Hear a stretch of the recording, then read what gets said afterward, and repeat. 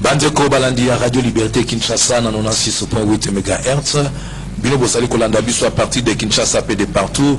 Topesi bino mbote na kombo na Yesu pe totombeli bino susu boyo ki elamu okati ya mabota na bino. Vous êtes bel et bien na kati ya émission na bino bolingaka le débat religieux ou le kaka mikolo miso ya poso na ngonga ya 14h pe na mokolo ya yenga en rediffusion na ngonga ya 11h. Pona bino ba bolandi biso na mokolo malelo tozali kolobela thème oyo tobandaki na poso elekaki. Lelo tozali kokoba na yango deuxième partie na yango parce que ça est très important pour na bana na nzambe ko yeba pe ko comprendre ce que c'est la consécration, comment se fait la consécration et ezala ba critères nini mutu azali ko remplir peut être azala consacré pe ba signe nini elandaka mutu oyo azali consacré. Yango penzande ezali etenyo to kolobela mingi mingi na mokolo malelo bilembo oyo ezali kolanda mutu oyo azali consacré. Bon, na kati na studio na biso ya Radio Liberté Kinshasa tozali lisusu na mopaya mais kasi lelo toko présenter ye lisusu pete azali oyo azali na biso uta poso lekaki pe lelo lisusu azali ezali bongo papa JP Mukala oyo azali moko na basali na nzambe na temple des messagers des ouvriers de la dernière heure oyo zwami na commune bongo ya Mongafula. Papa JP ndenge tosololaki na poso lekaki to suki saki neteni wa koloba ete bilembo nini ezali kobila moto oyo azali réellement consacré na nzambe po ete soki bato bazali kotala ye bana na nzambe bazali kotala ye bakoyeba ndenge nini moto wana azali vraiment consacré na nzambe asala alliance na nzambe azali moto oyo azali penza kosala mosala na nzambe ndenge esengeli bilembo nini parce que na eteni ya liboso olobaki ete moto wana mosali na nzambe wana nzambe arevelaka ye kombo na ye ya solo oyo esengeli ye abiengela ye nayebi te ezali susu na bilembo mosusu oyo ezali na kati wana okoki kolimbolela biso susu na mokolo malelo. Merci papa Emile. Nayebi qu'il faut passer tolobaki na kopesa kwa ba générique ya makambo ya consécration na c'est dans le Nouveau Testament. Ce que tu kota petit à petit na profondeur. Exact. Quand nalina zwa po ba baso solo malam. D'abord oli misangai na yebi kitambola de miso botu nanga passer ngwa zawapi na pesa numéro nanga ba yango na za passer Eliu. Na kasi passer alobia wa JP Mokala. Abosani kombo za pese pour JP Mokala. Eliu. Ozomona Eli ezana kati. Eli ezana il a 5 lettres. 5 za signes à grâce Eli ezana kati na HU ezana kati HU ezape na no caché de Dieu 2 lettres on ezana kati ba yud hey bab hey ba ju ba H wana ba yud ba ngango hey Y adu be H hey donc na komona Eli Y ezana kati uremarqué na komona Abraham ndama sinaki kombo ya Abraham ezaki Abraham abagiska H pam. Vous comprenez très bien. Combo ya même combo ya Brenham to ba comme la Brenham ça s'appelle na H nakati. Mais oyangai ezana 7 lettres ezana 5 lettres. Mais 4 lettres za HP nakati. Na ebité batu na ebé makomo sono le bango na yoka yoka posa ko la posa batu ba ko ba mabanga ba ngom comme ça nani. Mais tout quand même la vérité, mon nom c'est Eliou, Dieu l'avait changé. Exact. Alors, maintenant, je parle de 3 éléments. Comme numéro nanga téléphone ezali po batu ba kolinga ko benga yo ko so la limité na Orange ezali 085 903 79 66. Na c'est ko pesa numéro Orange pour le moment 089 non numéro Orange 085 085 903 donc 903 79 66 on est numéro Orange Moussous Césari 089 toujours non Moussous 085 hein 903 79 66 exact oui 089 96 41 908 089 96 41 908 on a des numéros pour ba on va tenir ngai pour tout autant mingi à approfondir pour tout bando ça mission mais temps vous a limité peut-être toujours makambo susu ezana mituna na esprit na biso tozana ngote mapete répondre ngo ezate voilà va numéro na ngai wana comme na ngai pasteur Eliou Jean-Pierre Eliou Mokala Jean-Pierre. Eliou c'est mon premier nom, mon nom c'est Eliou et Mokala c'est mon poste mon poste nom et Jean-Pierre mon prénom. Voilà comme na ngai wana alors na ngai kolimbola loko po c'est papa Emile nanga liboso comme na ngai za nini Eliou on ngai na pela que bobo santé que Eli ezana kati PH ezana kati po ba onana na makambo na bato na message ya Bernam na bato ba libanda mais comme na ngai ngona ezaki simba penza mala ezaki liboso Molumbe échange Molumbe ezana 7 lettres ça penza ya la kombo ya Molumbe na ezana Esaïe 49:7 avec comme on ya kalawana ezana Esaïe 49:7 l'esclave des puissants balumbe ba pique mais ba bato ba ya bato ya makasi tout ça bango lokola ba sali oui ba esclave na biso ça mon ancien nza bezenga version papa na Esaïe 49:7 très bien suko apesa penge avec na opesa ko mususu apesa Esaïe 70 sauter kombo on est sur le bagage l'Éternel te donner notre nom que la boule d'Éternel déterminera on a vana zo comme na Elio donc j'ai dit ceci nzambe alo là on a zo kanga so na okosa na ça un problème ne soupe non ba vérité n'a dit que ba temeza kaka mena wotia ye à témoin la surnaturel parce que la vérité a confirmé exactement voilà alors sikoyo tozala likambo ya bilembo we ezali kolakisa ezali kotadisa ete moto oyo abengami mpenza na nzambe azali mpenza consacré na nzambe nakopesa d'abord à moins que laisser quelque chose 3 éléments on a yebi nabaki élément matériel élément non de l'éternel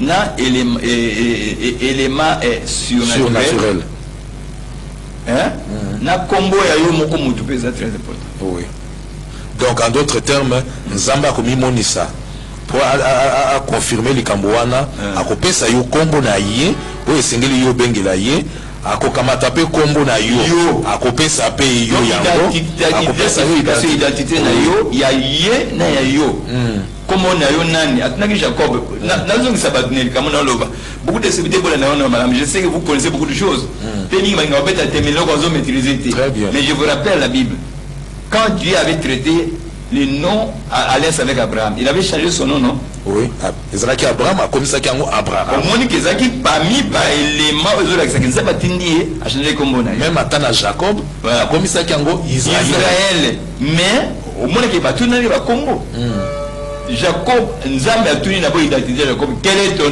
nom Jacob je m'appelle Jacob son ancien nom ndenga comme na ancien nom bato même comme na Molumbe oui on a besoin nzambe alexandre ezana de 49:7 on comprend très bien Nabi tu t'appelleras plus et Jacob tu t'appelleras Israël nga penza alexandre que comme on est aux asusu wana te aux années 70 sauter les 70 vous m'en avez l'Éternel te donnera un nom qui sa bouche la bouche de l'Éternel déterminera bouche de l'Éternel c'est un prophète il faut le bakambo wana comme on a très bien comme on a les cité na Bible les avait cité na ba prophète les avait cité même William Branham la référence est allée alors quand il y a lieu c'est que les messages William Branham peuvent lire c'est que William va parler sur le nom et les significations d'angoisse très bien je suis le ça quelque chose mais je vous dis des vérités qu'on ignore qu'on néglige alors il camboya comme identité à Nzambe oyo abengio na identité no moko ndeko sari mi sama zo manze moko inanga ayebinga kombo nanga ozomona ayipe na yebi na ofa beke makambo ya kombo na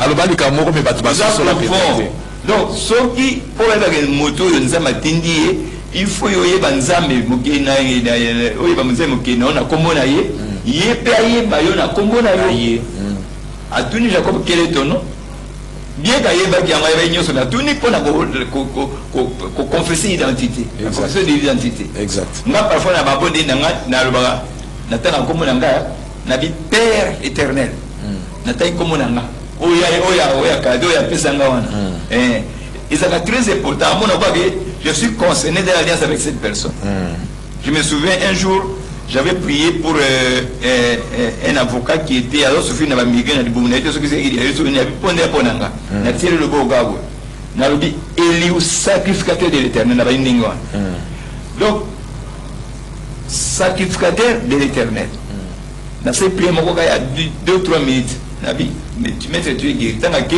à mon avis limwe akomba nazo ko pasa ibu mekende ni asali nini ayeba kite nazanga nzambe na iba seka bonga nzambe natanga ikombo na ngai eli pourquoi parce que quand Dieu vous connaît par votre nom si vous l'invoquez on cite ce nom aya ngamba pas bi ngana muto zona alliance tozana boyokane ososoli très bien yanga tunaki Jacob alobi quel est ton nom alobi je m'appelle Jacob comme on est à Kala je m'appelais Molumbe akoba tu t'appelles puis Molumbe et Jacob tu t'appelles Israël ngaba nsa ba bisa ngaki Isaïe 49 7 ezasu bongo te Isaïe 62 botanga yango bokomona comme nous sommes senga soki nazo kosa ye moka za témoin amen alors sikoyo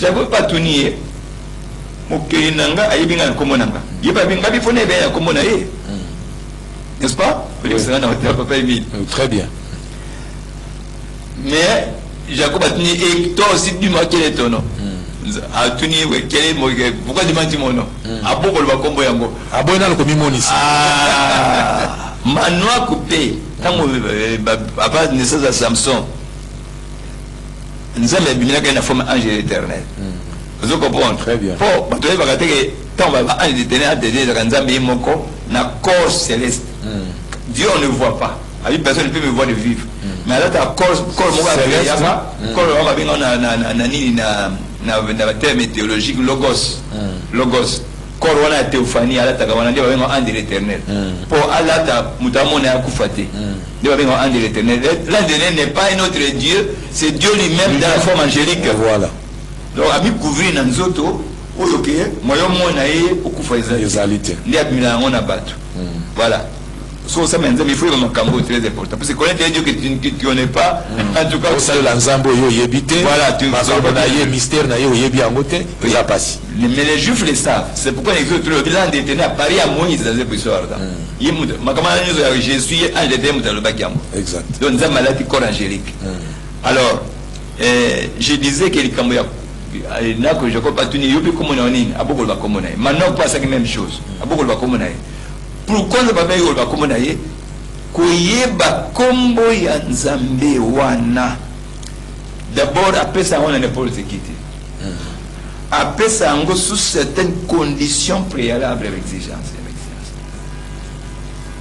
après ça on peut se rezuir ngolo na miso na ye Abraham avait trouvé grâce aux yeux de l'Éternel raison pour laquelle l'Éternel lui avait révélé ses noms surtout dans Exode 6 dans Exode 6 Abraham avait trouvé grâce devant l'Éternel.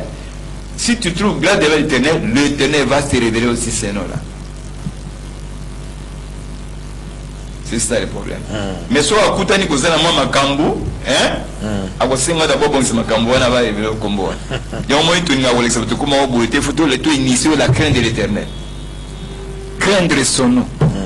Oui, nous croyons que comme on vient au tout cas moi alors il de le sakana ngo sakana comme je n'engo lingi po Yesu Masia avec que vous pouvez blasphémer contre tout blasphème contre le Fils de l'homme sera pardonné mais tout blasphème contre le Saint-Esprit parce que le Saint-Esprit dit ne sera pas pardonné et on a voulu que ça comme on ne peut qui il faut na isoko banga nzambe sur la monnaie ko banga nzambe na isoko mo on nzambe ali ça comme on ne peut qui apanga ne pas profaner ngo za malamu ti alors ayebisi Jacob pourquoi demandes-tu mon nom maintenant même chose na juge pourquoi demandes-tu mon nom mais à la kakakena après Jésus a révélé ce combat dans la question nous peser tokei papa na bena on Abraham pour les OK trois éléments il faut mutima mutina nzambe kombo na ye d'abord identité mutina meona ayi ba pe identité nzambo ya tindi élément surnaturel et quoi accompagner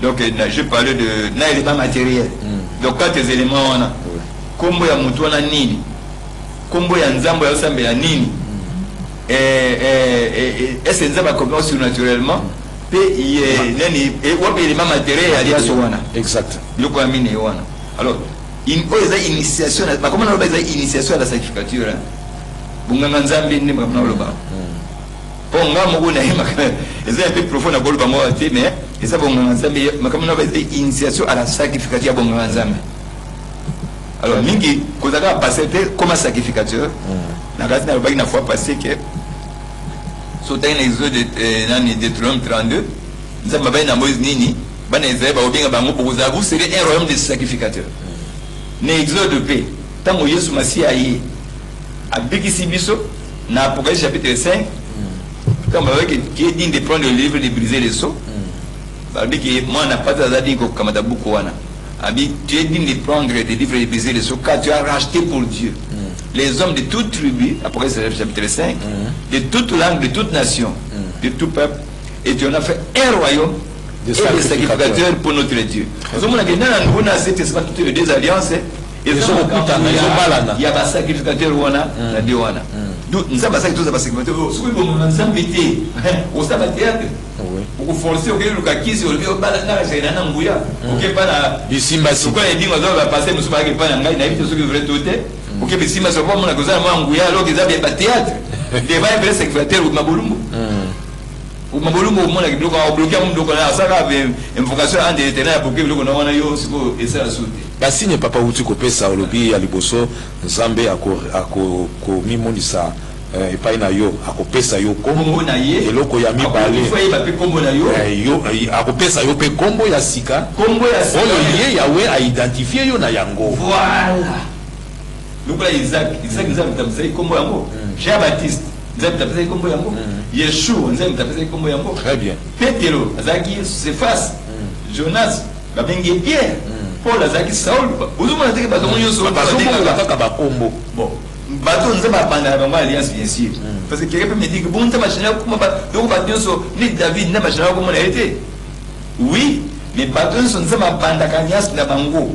Pas les yé moko na consacrer bango so tête betanga na si yé moko consacrer ba chana bango kombo depuis Abraham depuis Jacob on m'a dit so après so kombo yé moko na robota ma changer souté et Isaac a changé té yé moko nda pesa yé moko nzamba zaki à l'origine ya kombo voilà mais so à l'origine té a déjà changé pour refléter bon nzambe na yo ko sala pona yé voilà très important et sengeli bandeko ba yé bana ko simba yango penza voilà. Donc il y a un moment qui est comme il y a combo ya yo moko il comme il y a identité ensemble maintenant identité combo na yo bataille baza batinda pendel baba ba on avait éléments aminés éléments surnaturels et éléments matériels les éléments maintenant surnaturels ezali be éléments nini o esengeli moto azana na yango éléments surnaturels ezali eloko nzamba sala ka saki yo mosala ko osala très bien Abraham nzamba lobi na ye alliance de neni yo sala pena sala yo sala par na yo ngai pena sala par na lokola ngano to wana siko na alliance no yo sala par na journaliste surtout na mituna ngai pena sala par na mose nzala ya pesa biano bongo ozomona c'est ça l'alliance nous sommes maintenant en alliance pour faire un service alors nzambe asengi na Abraham kamata ngombe kata yango na biteni mbale voilà c'était Abraham c'était pas Dieu kata yango na biteni mbale Abraham kata biteni mbale Abraham alali na iponge nzambe sikoyo quand on parle de surnaturel c'est Dieu entre en scène. On parle de surnaturel lorsque Dieu entre en scène. Mais avant que Dieu entre en scène, il faut que tu poses un élément matériel agréé et ordonné par lui-même. Voilà pendant maman la likambo. Abina ya gori Abraham ba ngombe akati ndenge na été. Abi kamata ngombe kati la ngabite ni mbali. Abraham n'a fait qu'obéir. Après c'est qu'à disposition au ya kosala. Quand Abraham a obéi à l'élément matériel que Dieu avait demandé, Dieu maintenant était obligé de faire le surnaturel d'entrer en scène pour confirmer qu'il commence à les aller conformément à l'enga dans le baki. Très bien. De babeki na butu, nzambe kwa kana moto entre les deux ngombe wana les moto qui na kapiteni wana mibale ya leki na katikati. C'était pour consacrer l'alliance bien. Vous comprenez? Les pena baina tuna Yesu Masia na baptême za élément matériel. Comme ya Yesu, ange m'appelle ça kiango, ange nzambe m'appelle ça kiango. Et puis éléments surnaturels kolomba telema qui akitaki et mungongo yokani ozomona donc mon comme Yesu zaki na kati nzambe m'appelle ça kiango éléments matériels ya baptême zaki na kati et éléments surnaturels kitaki et na lobaki susu nini et bang susu nini éléments matériels éléments surnaturels kombo ya nzambe évidemment Yesu moka yebaki yango na kombo oyo ye nzambe apesi yo voilà.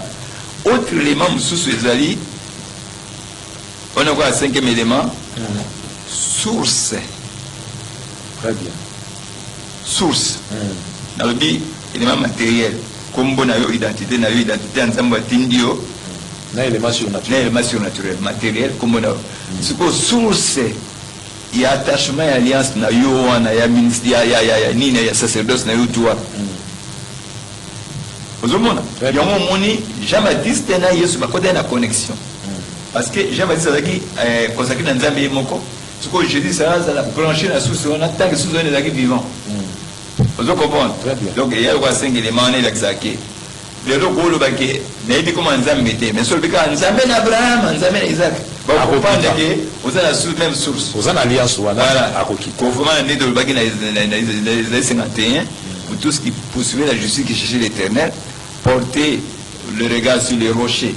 Malheureusement, ces rochers, c'est une pierre rejetée par les baptisés, par les pasteurs, par les conducteurs. Et portez vos regards sur Abraham, votre père. Abraham, votre père.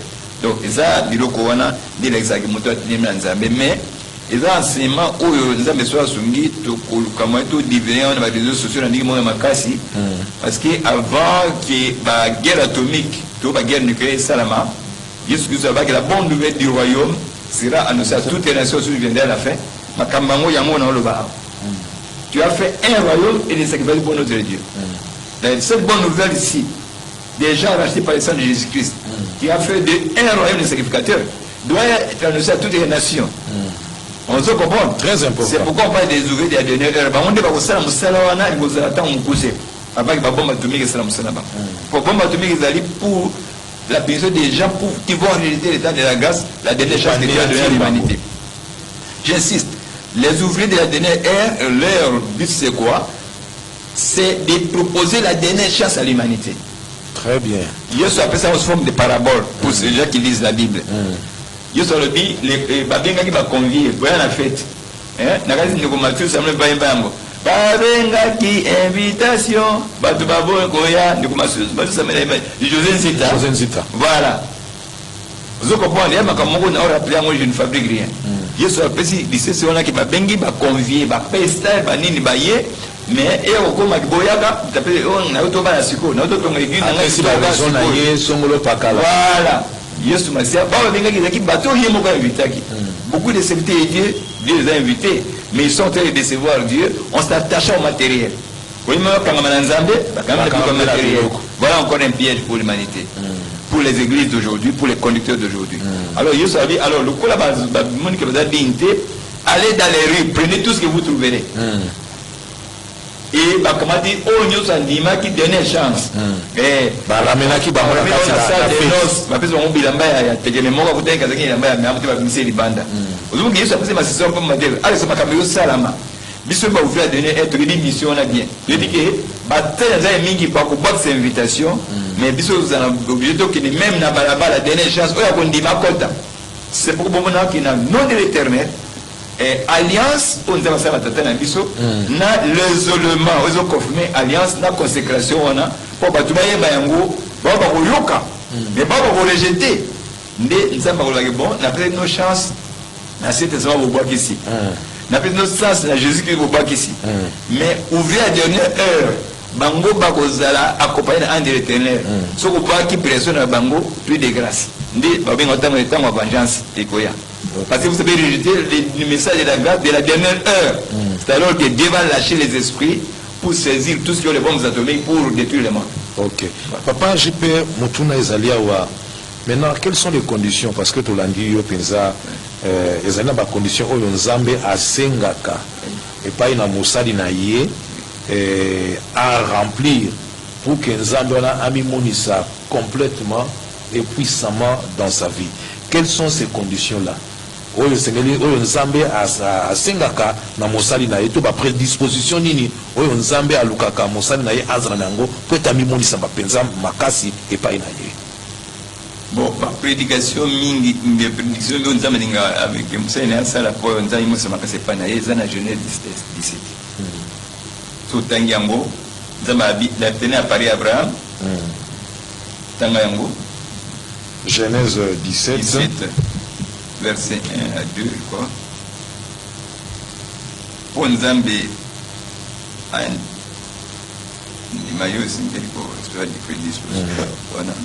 Genèse chapitre 17, oui. Verset 1. Lorsque Abraham fut âgé de 99 ans, l'Éternel apparut à Abraham et lui dit: Je suis le Dieu Tout-Puissant. ozomona nzambe amipesi kombo wana mais les dieux tout puissants c'est la totalité qui a dit ça na Tob je suis El Shaddai. OK. Je suis El Shaddai. Parce que en hébreu Shaddai c'est le mamel, Shad, le mamel. Parce que El c'est Dieu. Alors le Dieu qui te nourrit pour que tu puisses avoir la force. OK. Quand on dit que je puis tout par celui qui me fortifie. Donc El Shaddai, je puis tout par celui qui me fortifie. Je puis tout par El Shaddai, celui qui me donne la force. Alors, traducteur, place il y a celui qui me donne la force, c'est un mot tout puissant. Tout puissant. Mais ce temps qui bien à Colossiens, c'est je suis puis tout par celui qui me fortifie. Il s'agit de ça. Ça va dans hébreu avec je suis El Shaddai. C'est-à-dire que je suis celui par qui tu peux toutes choses par ma force. OK. Alors, tout puissant, là, traducteur, mais d'après ça, il y a un mot.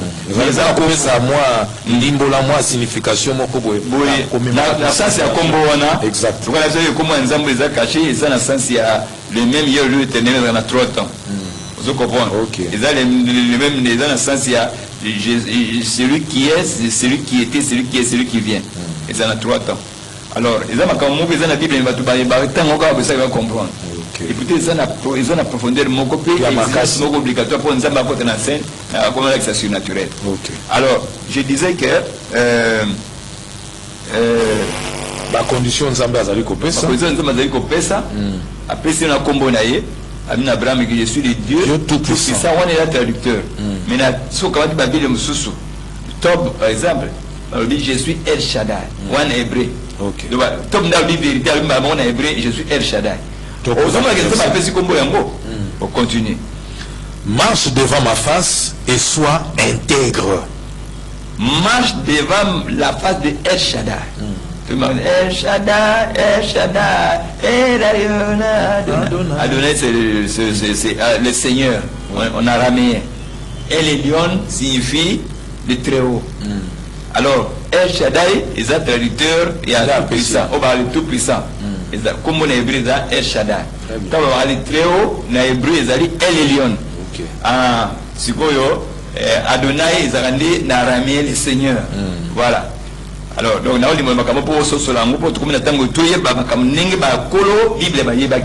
le salut des Juifs. Exact. C'est ça le travail des ouvriers de la dernière heure. Alors, si vous après ça, qui combat, marche devant ma face, soit intègre. Condition, nous avons appelé pour marche devant ma face, marche devant ma présence. Je serai avec toi, je serai avec toi. Sa présence sera là. Les vrais serviteurs de Dieu, dans la présence, nous allons accompagner. Si quoi, papa, dans la Bible, les alliés Kolobawa, Yahweh Lobi. Dans la présence, nous allons accompagner parce que Baza intègre. Si tu marches devant ma face, sois intègre. Je t'appelle mon alliance avec toi. Il faut fabriquer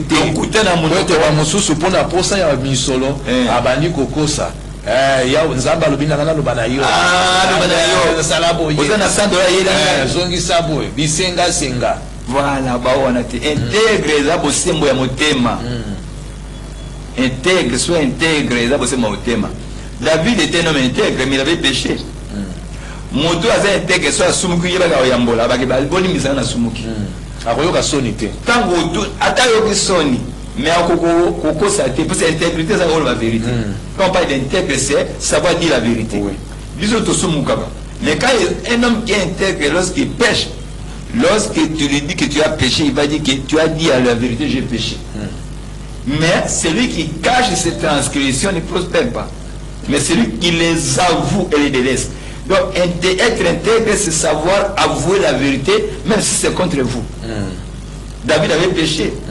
Il avait fait tuer la femme de quelqu'un pour avoir l'homme de le mari de quelqu'un pour avoir son mari. Moi c'est Aouri. Mais tant que nous sommes 51, tant que Yambola. Tu veux que la vérité soit au fond. Si j'ai péché contre toi, c'est là. Tu veux que la vérité soit au fond. Mais intègre n'est pas la perfection. Être intègre, c'est Zara sembo avec nga. Attends, sumuki loa nzambe. Na sumuki na sumuki. Très bien. Mais mingi bazo bomba la transgression. Alingi ko yambola te, alinga misa. Alinga comme ça ça. Asala mutu munene. Ozomona? Non. Soyez un grand homme devant Dieu et non devant les hommes. Soyez saint devant Dieu et non devant les hommes. Vadongo to masumu. mais attends, nous avons à justifier. Puisque on peut remarquer que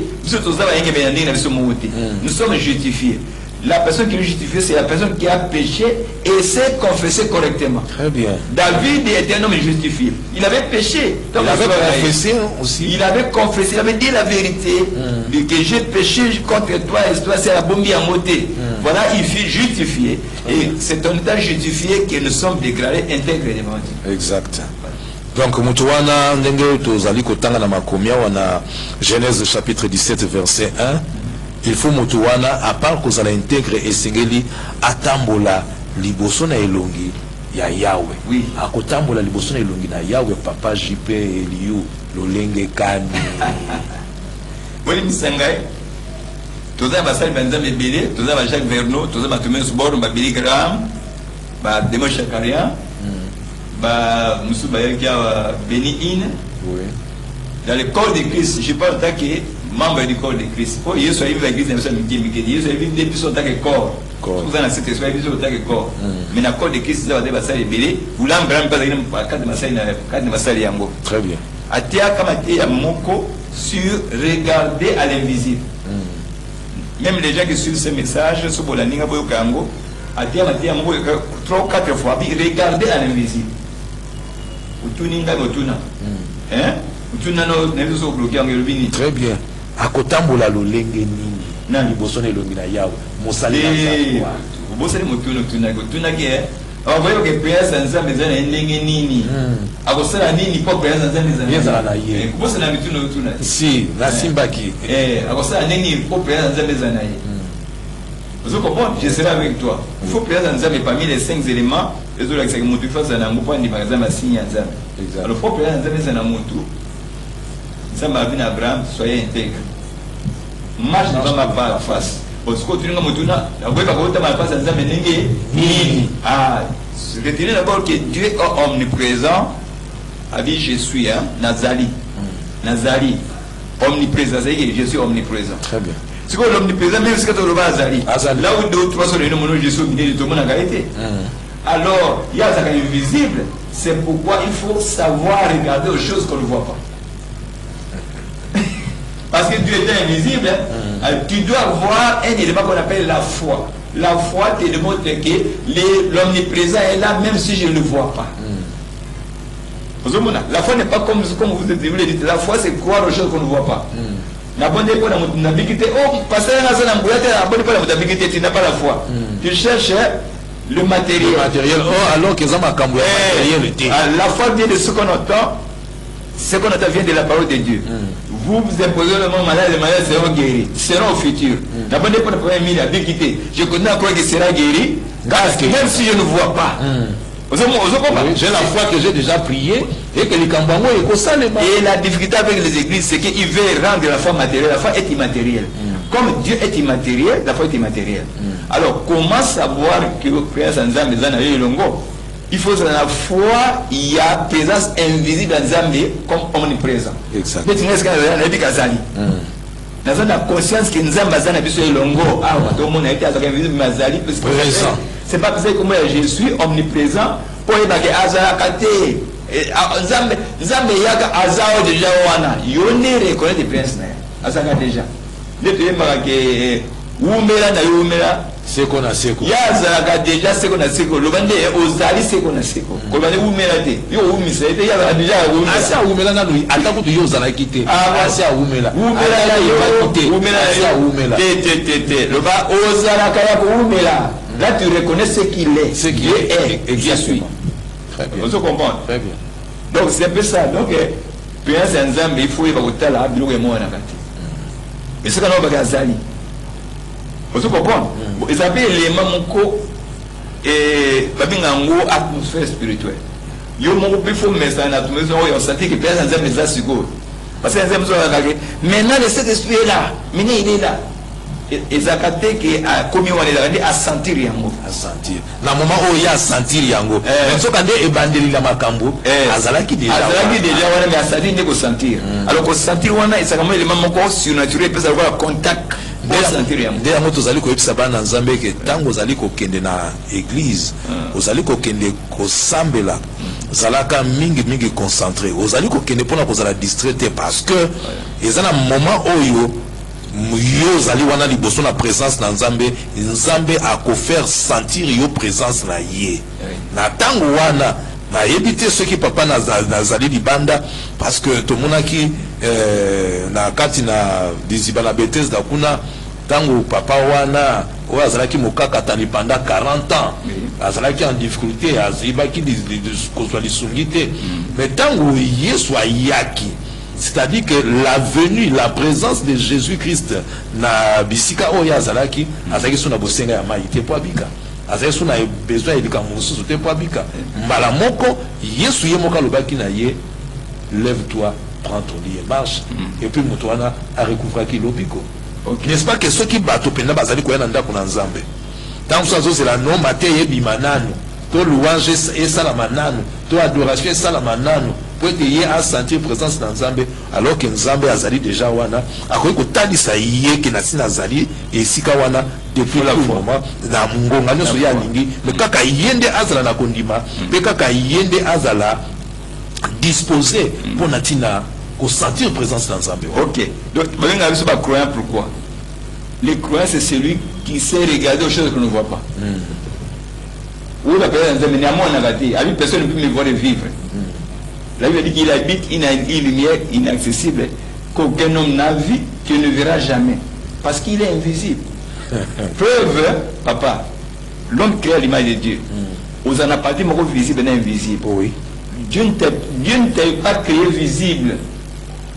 D'abord, c'était invisible. Dieu t'a créé homme invisible qu'on appelle esprit âme. Âme, aux âmes donc. Oui. Et c'est invisible. Et ça invisible. Mais c'est ça, l'homme qui a l'image de Dieu, c'est ça. Maintenant, l'homme formé, c'est ça la poussée de la terre. Il n'y a pas de oui. Alors, est invisible comme Nzambe. L'homme qui a l'image de Dieu est invisible comme Dieu. Vous êtes un esprit, une âme. Il y a un esprit, une âme que vous êtes invisible, oui ou non? Oui. Oh, n'a pas fait, azongi pas dans Nzambe, azongi dans Zoto. Azongi mon état invisible. Exact. Mon esprit, les esprits sont invisibles. Alors l'homme créé à l'image de Dieu est esprit comme Dieu. C'est pourquoi pour traiter avec, réaliser la présence de Dieu qui est invisible, tu dois aussi être spirituel. Parce que l'homme spirituel ne regarde pas les choses matérielles. Il est d'abord immatériel. Alors, attaque ma campagne immatériel. Alors, tout chapitre 2 Corinthiens chapitre 4. 2 Corinthiens chapitre 4. Oui. 2 Corinthiens chapitre 4. Ah non, on a verset 16. Verset 16. Et le Bible. C'est pourquoi ne perdons pas courage. Et lors même que notre homme extérieur s'est détruit, notre homme intérieur se renouvelle de jour en jour. On a détail. Pour la définir que Moutazaka Nibale. Moutouakat non Tolibanda. De même Jésus-Christ. Jésus-Christ, on a et moi et les pères nous sommes un. L'homme extérieur, c'est le corps là. Le corps. Oui, et l'homme intérieur, c'est l'esprit qui habite dans le corps. Alors, ça fait un. Donc, vous et votre âme, vous êtes un. Oui. Donc, c'est une unité des éléments, âme, esprit et corps qui a fait l'homme un. Oui. De même, Dieu, c'est une unité de l'élément corps physique de Jésus de Nazareth et Dieu esprit qui habite à l'intérieur. Donc, il y a le corps matériel et le corps immatériel. C'est ça. Jésus était comme ça. Il y a un moment où on va comprendre que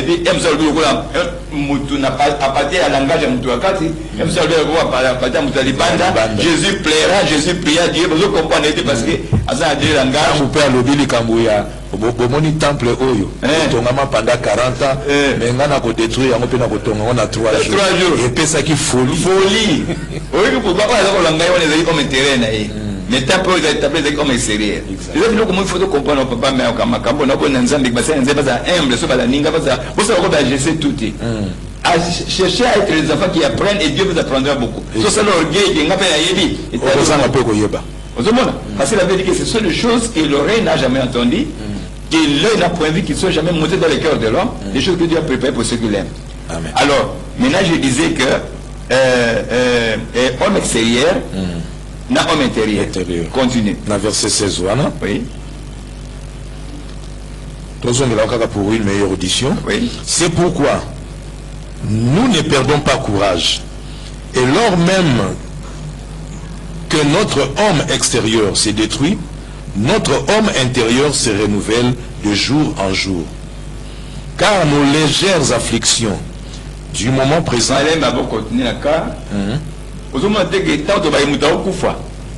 justement résurrection quand l'autre homme extérieur se meurt, malade, et qu'on peut se namoto akati abima pas vivre. Muto alibanda za kola na binga ono enveloppe muto akati. Izo kola Singapour za ibende ozingela mona isolant. Muto kan ya libanda za isolant muto akati.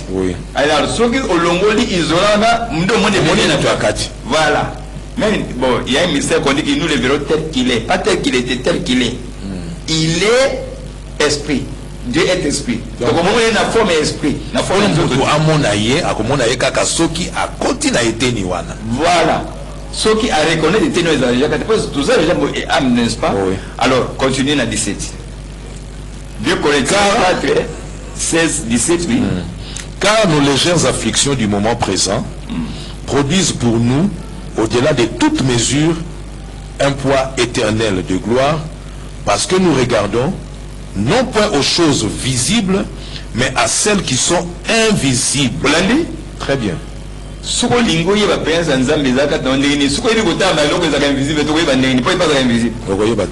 pourquoi celui qui marche selon l'esprit, parce que l'esprit est invisible. Si tu vas selon l'esprit, c'est alors que tu vas commencer à entrer en contact avec le monde des esprits, tu vas sentir la présence de Dieu.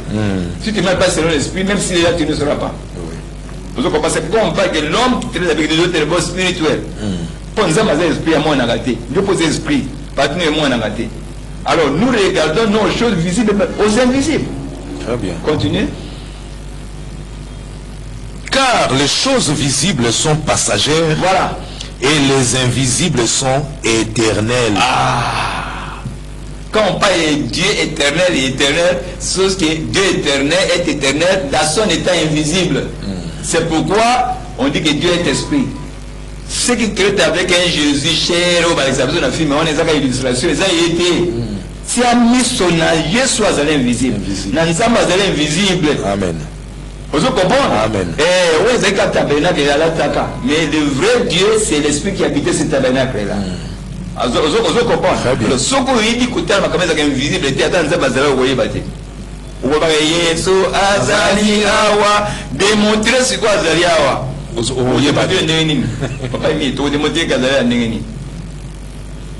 Difficile à comprendre. La moto Azali sensible. Azali compréhensible dans moto. Mais la foi peut le démontrer. Amen. Il est omniprésent. Donc définition à combo naïe. Ils ont l'examen Azali.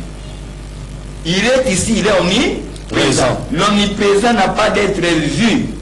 L'omniprésent est présent partout. Et en tout temps. Et il a besoin d'être cru. C'est pourquoi il faut la foi. Pour t'aider avec Dieu, sans la foi, on ne sera pas plaire à Dieu. Amen. Parce qu'il est invisible et il faut avoir la foi. Bande Kobino Bozali Kolanda Biso, vraiment, ezali sujet moko très important, Ozali Kosolo là. Mais, sans bagisa, attends, aux croix Ningwana. Babingango, l'omniprésent est là. Mais, pour bien Dieu vivant, et ça, ce qu'on a œuvre. Voilà. Quand tu témoignes que Dieu est ici avec moi, l'omniprésent, même si on ne le voit pas, il va faire une œuvre matérielle. Il est vivant. Parce qu'il est omniprésent, mais pour dire qu'il est vivant, c'est par ses œuvres matérielles qu'il est. Voilà.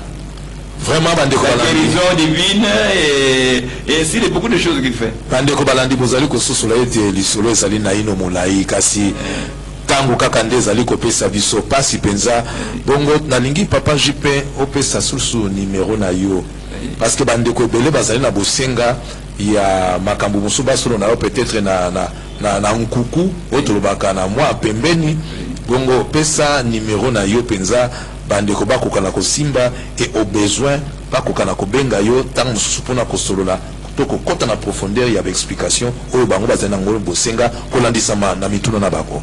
Pasteur Jean-Pierre Eliou Moukala.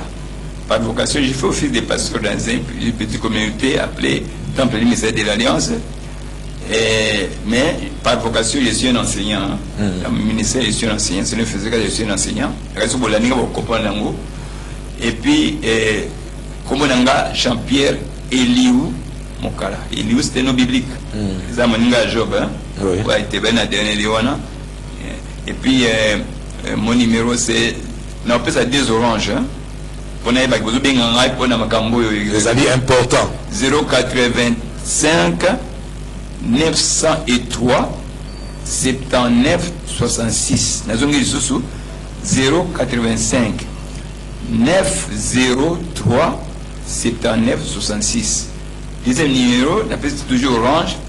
089 96 41 908. 089 96 41 908.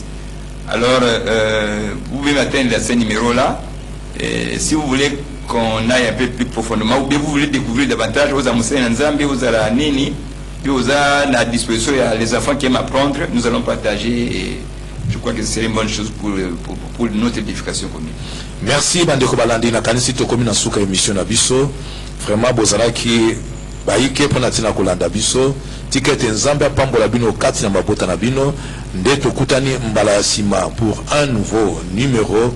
Wana Tozala Susukakana Papa JP pour na kokot sabiso parce que l'isolo ezali moula inde ko to koloba wa esilite makambo ya koloba ezali mingi kasi le temps nous fait défaut. Ticket Nzambe Pambola Bino, Ndeto Kutani Mbala Sima. Ciao. Ciao. Prochaine.